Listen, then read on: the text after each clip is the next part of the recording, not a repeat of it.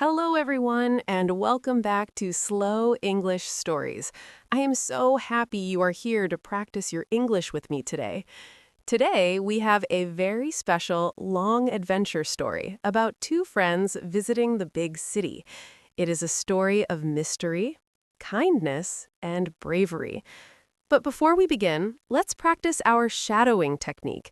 Shadowing is when you listen to me speak and repeat the words at the same time. Try to match my speed, my emotion, and my rhythm. This will help you sound more natural and build your confidence.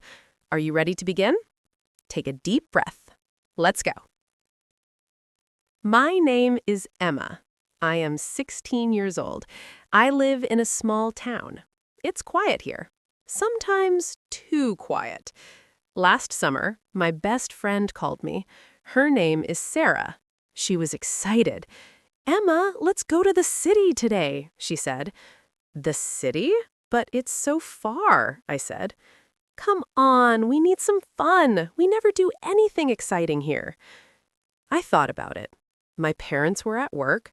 Summer was almost over. I wanted adventure too.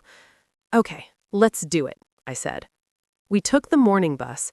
The city was huge. So many people, so many cars. Everything was moving fast. Sarah had a plan. First, let's go shopping. Then we can see a movie. We walked to the big mall. It was amazing. Bright lights everywhere, music playing, stores full of pretty things. We went into a clothing store. The clothes were beautiful, but they were expensive. Very expensive. A nice lady worked there. She saw us looking at everything. "You girls seem lost," she said with a smile. "We're from a small town. Everything here is so fancy," Sarah said. The lady laughed. "I grew up in a small town too. Wait here." She went to the back room. She came back with two beautiful dresses. "These are from last season. The store can't sell them anymore. Would you like them?" We couldn't believe it. Free dresses. They were perfect. They fit us perfectly, too. "Thank you so much," we said. "Enjoy being young," she said. "Have fun in the city." After the clothing store, we didn't go to the movie right away. We found ourselves in front of a building that looked like a palace. It was the Grand City Library. "Whisper. Let's go inside," I whispered. Sarah nodded. Inside, it was silent. The walls were covered in thousands of books, reaching all the way to the ceiling. It smelled like old paper and dreams. We climbed a spiral staircase to the very top floor. In a dusty corner, we found a very small door. It was half open. We peeked inside and saw a tiny room filled with clocks, hundreds of clocks, all ticking at the same time. An old man with a long white beard was fixing a golden watch. "Are you the timekeeper?" Sarah asked, her eyes wide. The man looked up and smiled. "Some call me that," he said. "I make sure the city doesn't move too fast. If people forget to breathe, I slow the clocks down." He gave us two small silver charms shaped like hourglasses. "A reminder to enjoy every second of your trip," he said. We left the library feeling like we had discovered a secret world hidden in the middle of the noise. After exploring the library, we were hungry. We looked for a place to eat. We saw a small food truck. It was painted bright blue. There was a long line of people waiting. "Must be good food," Sarah said. We joined the line. The smell was amazing, sweet and spicy at the same time. When we reached the front, we saw something incredible. The man cooking was juggling. He was flipping burgers in the air, catching them perfectly, never dropping anything. "What can I make for you, ladies?" he asked while juggling 3 onions. "What do you recommend?" I asked. "The Flying Burger Special," he said. He threw a burger patty high in the air. It flipped 3 times. He caught it on the grill perfectly. Everyone clapped and cheered. We ordered 2 Flying Burger Specials. While cooking, he told jokes. He made animal sounds. He even did magic tricks with the vegetables. The food was the best we ever tasted, but the show was even better. We laughed until our stomachs hurt. "This guy should be on TV," Sarah whispered to me.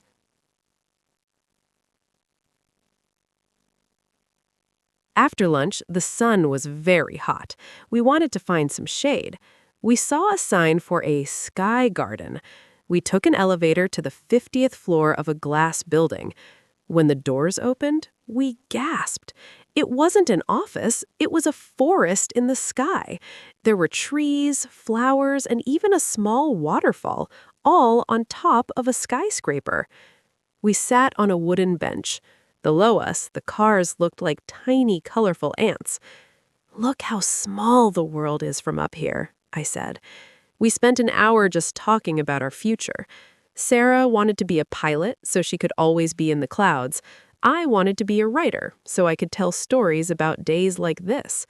A group of musicians started playing violins near the waterfall. The music was soft and beautiful.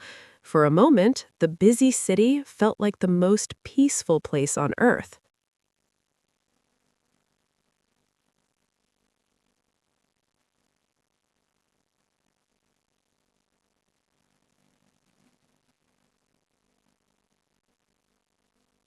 After coming down from the Sky Garden, we walked around the city streets. We saw street performers, musicians, dancers, and artists. One artist was painting portraits. He was very good, but people walked by without stopping. He looked sad. Sarah and I felt sorry for him. "Excuse me," Sarah said. "How much for a portrait?" $20, he said quietly. We only had $15 left. We looked disappointed. The artist saw our faces. "You know what? Let me paint you both. No money needed." "But why?" I asked. "You two are the first people to stop and talk to me today. That's worth more than money." He painted us together. We were smiling and happy. The painting was beautiful. "This will remind you of your friendship," he said. We hugged him. He was so kind. It was getting late. We needed to find the bus station, but we got lost. We were walking down a quiet street. Suddenly, we heard music. Loud, happy music. We followed the sound. It led us to a small park. But this wasn't a normal park scene. About 50 people were dancing all together, the same dance. But here's the strange part. They were all wearing the same yellow shirt. We stopped and watched. The dance was simple, but fun. An old woman saw us watching. She ran over to us. "Come dance. Everyone can join." "But we don't know the dance," I said. "It's easy. Just follow us." Before we knew it, we were dancing too. Someone gave us yellow shirts. The dance was about happiness and friendship. Everyone was smiling. We danced for 30 minutes. Later, we learned it was a flash mob. People planned it on social media. They do it every month in different places. It was the most random thing ever, but it was amazing.